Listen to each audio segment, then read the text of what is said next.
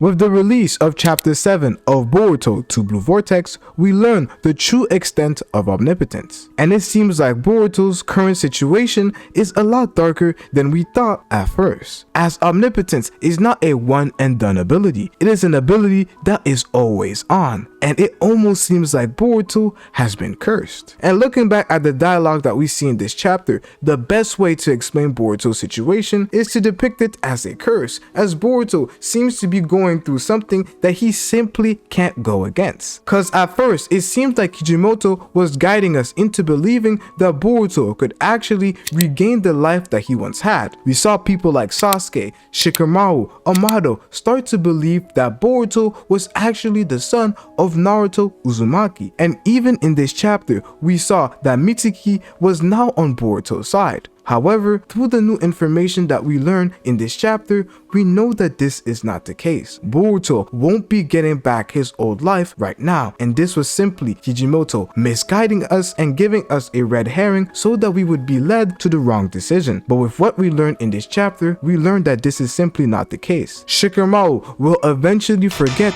about what took place and all the memories that he has regarding omnipotence, and he will slowly go back to what he used to be. He will slowly go back to distrusting Boruto and wanting to do everything in his power to get rid of Boruto right now, because this is what has been happening over these 3 past years. Sarada goes to Shikamaru and explains him the truth, gives him a lot of evidence, gives him everything, but then Shikamaru, maybe he agreed at the time, but he would have eventually forgotten everything that has taken place, leading him to again distrusting Sarada and also Boruto. As we learn in some of the Viva cards that have not been fully translated, we learn that Sarada's esteem in the village is quite low, as people do not respect Sarada at all, and maybe could be the reason why she is still a genin right now. Maybe she was actually demoted from a chunin to a genin due to all of the support she showed to Boruto, who is considered a traitor and the person who assassinated the Hokage. So let's go back to the chapter and see exactly what leads me to the conclusion that Boruto seems to be in a curse-like situation, as this is what Boruto says to Shikamaru. That's right, I'll give you a brief explanation, but the details of the ability called omnipotence don't matter. Anyways, you will forget about it eventually. What? Shikamaru says. Then Boruto says, actually, it is not the first time you heard about the explanation of this ability. Sarada and the class representatives have already talked about it multiple times. What is it? It is the concept of omnipotence. It doesn't stick in your memories. It never completely settles, and you will completely forget over time. That's the nature of this ability. So this is the main part that I wanted to show. It seems like all the information that is connected to omnipotence is going to be forgotten by the likes of Shikamaru. So all the information that Shikamaru now has about omnipotence and all his feelings towards Boruto and him believing that Boruto is actually the son of Naruto Uzumaki, he will eventually forget it, and he will go back to the old state that he was once in, where he believed that Naruto was still alive, which is why he is not officially the 8th Hokage, but he still doesn't trust Boruto and believes that Kawaki is the true son of Naruto Uzumaki. But now the main question that some of you guys may have is, why does the likes of Amado or Sasuke, why do they not forget about what has taken place? Why is Amado adamant that Kawaki is the one who he gave the karma to, and why did Sasuke risk his life to go and protect Boruto throughout this entire time? First, let's get Sasuke out of the way. The thing is that with Sasuke, he actually did forget, but the part that he didn't forget is the wish that Sarada had entrusted him with. Because of that, every time he looked at Boruto, he would remember the same wish that Sarada asked him to fulfill,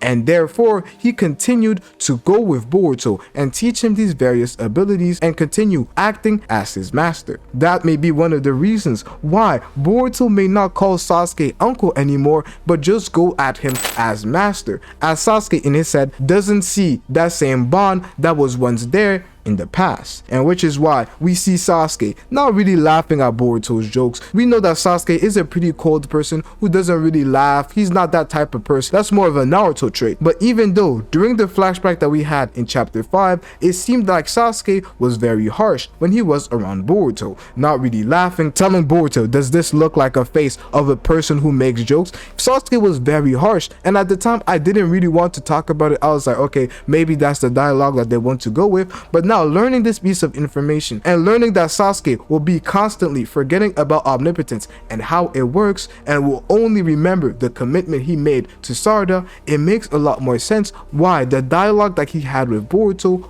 always seem to be quite harsh. So to me, how did omnipotence affect Sasuke? Sasuke obviously would continue to forget about omnipotence even after Boruto explained to him what happened after Boruto learned about omnipotence through Momoshiki. Sasuke at first would register this, but through their adventures, Sasuke would eventually forget what has taken place, just like Shikamaru and other people who have learned about omnipotence. However, Sasuke continued to stay with Boruto due to the commitment and the wishes that Sarada had entrusted Sasuke with, which is why Sasuke risked his life and eventually turned into a tree to let Boruto escape due to the commitment and love for his daughter. And when it comes to Amato, it's a lot more easier to explain. First of all, before we dive on deep to the explanation, we're not going to go off the assumption that Amato is this masterful genius, this final villain that knows everything that is going to take place and has planned everything out. We're not going off that assumption.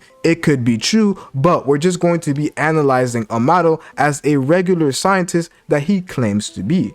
So Amato, as a regular scientist that he claims to be, came to the conclusion that Kawaki isn't really who he says he is because of the karma that he had placed on Amato. Amato, who is a scientist, believes in hard evidence. Every time he sees Kawaki's karma, he is reassured and knows that his memories has been tampered with. This is what Amato claims to be what allowed him to realize that Kawaki is not really the son of Naruto Uzumaki and why he continues on forward. Obviously, Amato doesn't have that deep connection with Boruto and Kawaki like their family would be. He doesn't really care about whether what Kawaki did is right or wrong. He literally says that he is a man with no morals. He doesn't really care what is right or wrong. What he wants to do is bring back his daughter, which is why him forgetting omnipotence is a lot easier for him to do, because every time he would go back to Kawaki's karma, he would know that Kawaki's karma has the data and DNA of his lost daughter. So every time he would end up forgetting,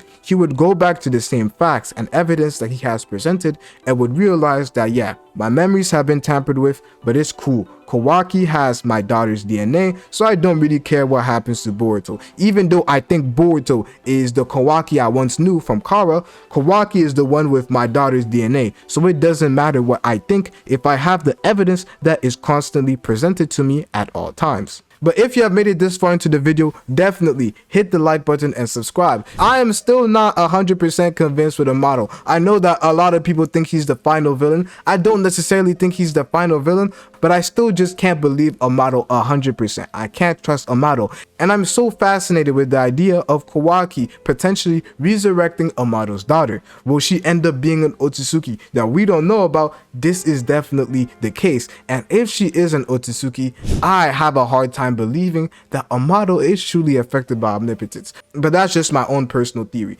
And all of this is very intentional. Kawaki, who was supposed to be the one who ends up going rogue, due to omnipotence, he's the one who stays, and we know that Amato is the one who needs Kawaki so that his daughter can come back to life. Yeah, it's all interesting to me. I really don't know what Amato has planned, but I can't wait for the time where Kawaki finally ends up resurrecting Amato's daughter. Maybe Amato gives him some more power because he got slept by Mitsuki. It was confirmed in this chapter. I know that a lot of Kawaki fans have been mad as of late. I'm not saying that Kawaki is a fraud. I still love Kawaki. He's the second best written character in the series after Boruto, but I really can't wait to see what Kawaki ends up doing now that it is confirmed that Boruto is really on a whole different level. Even compared to Kawaki, Kawaki will definitely be looking for power. And will he have to make a deal with Amato so that Amato gives him more power some sort of way? I don't know how, but Amato gives him some sort of power, and the deal is that Kawaki resurrects Amato's daughter. That is a potential option, and I can't wait to see what happens when Amato's daughter is resurrected. Maybe she is the final villain. We never know. And it's quite funny to me that it was after people were starting to complain about omnipotence and how, oh, Mitsuki was also coming out of the omnipotence during the spoilers. If you're on Twitter, you would see a lot of the complaints. But we later on see, when we get some of the translations and the official one comes out, and we later on see that omnipotence is no joke, as a lot of people think it is a joke and everybody's gonna eventually come out. They're going to forget what ends up happening. And I am thankful that omnipotence is actually this dark. I want the story to be dark. I want the story to explore these dark elements, and this is what we're seeing right now, as the exception doesn't make the rule. We know that Amato and Sasuke are exceptions to this rule, but we see it clearly. 99% of everybody who is out there, they are affected by omnipotence, and they will continue to forget. Even if Boruto himself tells them that, oh, I am the son of Naruto Uzumaki, later on, even if they will believe, they will forget about what Boruto told them. This is the true nature of omnipotence. But now there's a very interesting question that we have to discuss. What will happen to Mitsuki? Will Mitsuki, like everybody else, like Shikamaru, will he forget what took place? This is a very interesting question, but I personally think that he won't forget. And I personally think that something very interesting regarding Mitsuki's character is going to be happening in the chapters to come. This is my own personal theory, but based off the evidence that I have seen, Mitsuki already has those doubts. He already has those doubts that Kawaki wasn't really his son, and he could tell. This is why he didn't really try to kill Mitsuki in that fight. If you check the translations, if you read the chapter, you would see that Mitsuki is doubting himself the entire fight, which may have weakened him. We don't know, even though it doesn't matter. Boruto was gonna get rid of him either way. He's not even on Cold's level. But Mitsuki was doubting himself this entire time because his son wasn't acting the same way he remembered his son to be acting. And that's why Boruto tells him that the only son he could have is him, and Boruto will always remain his son.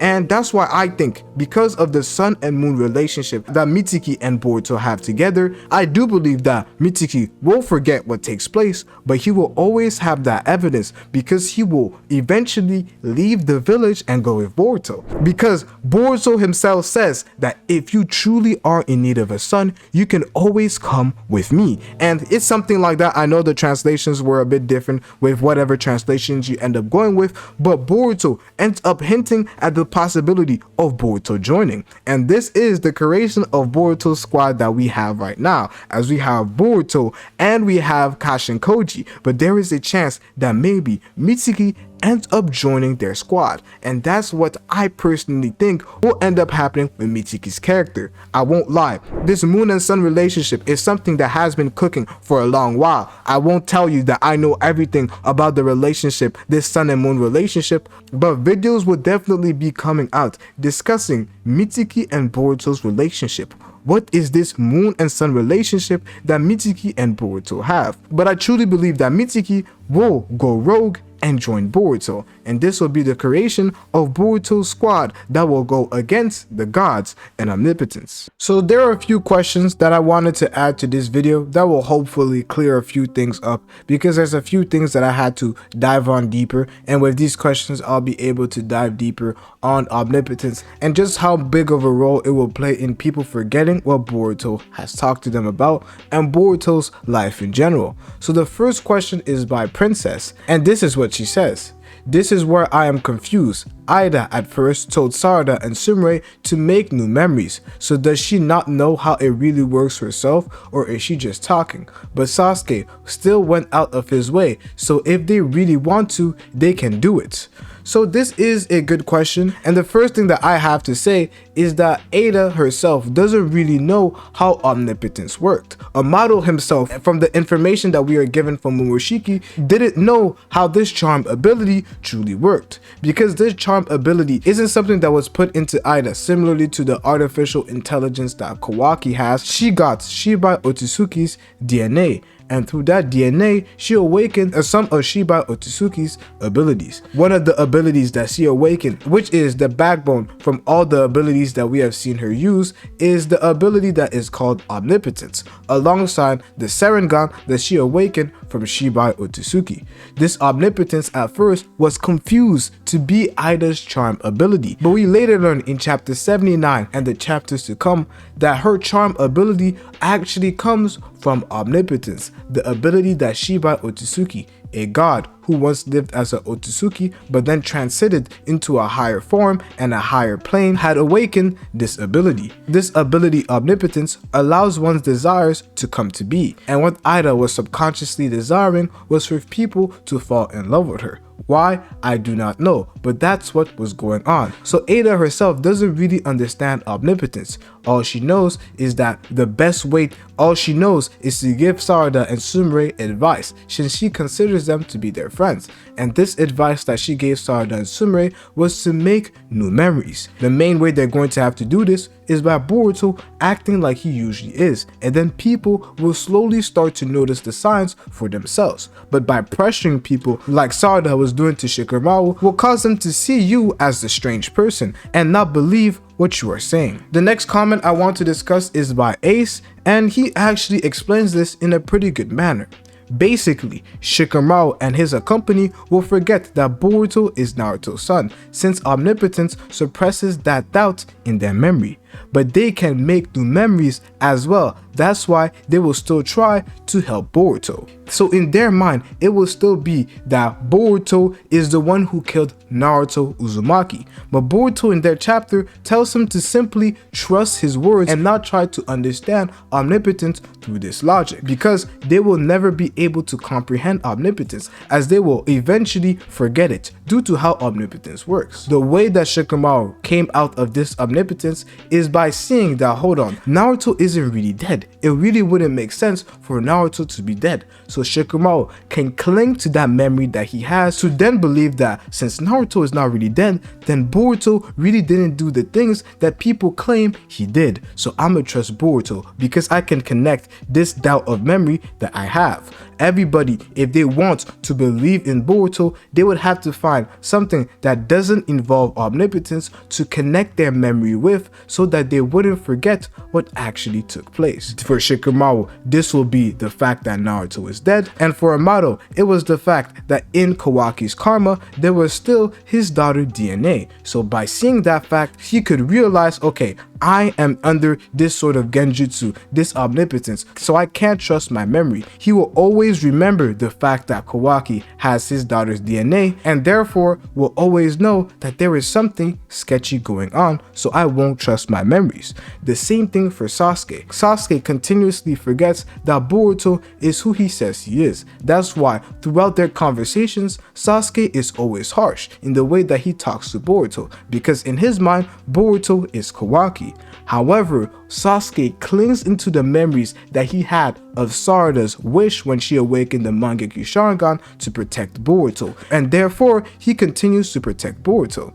And this is where I have a pretty interesting and funny comment. I personally don't watch JoJo's, but I really think this was a good comment by this guy right here, and it's by Zoe. And he or she says, I don't know the gender so I won't assume, but it's Shikamaru will pull a JoJo's Bizarro's Adventure, taking a kunai and writing his own flesh like, don't trust your memories, or something like that.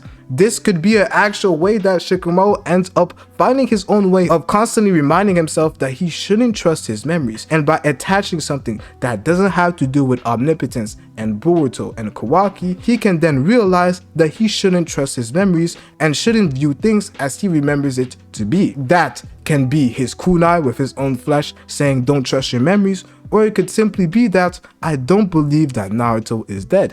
And since I don't believe that Naruto is dead, and everything is making me believe that Boruto has some part inside of it, since I don't believe that Naruto is dead, then I won't believe that Boruto is who everybody is trying to portray him as. Therefore, I won't trust my memories. This is the best way of viewing things. And this next comment really describes what omnipotence is currently doing. Through everything that we have been given, this comment makes a lot of sense. What Boruto says will be forgotten is the new memories that contradict Kawaki and Boruto switching places. So everything that Boruto said that contradicts omnipotence will be forgotten alongside its abilities, because this is literally what's been happening this entire time. In the first chapter, we learned from Sarada and Sumire that they were seeing the evidence, they were seeing everything presented about the fact that Kawaki doesn't have a scar, the fact that Naruto and Boruto are shown in pictures together. But because this information contradicts omnipotence, everybody ends up just letting it go and forgetting what take place. They would look at that image and be like, oh yeah, that's cool,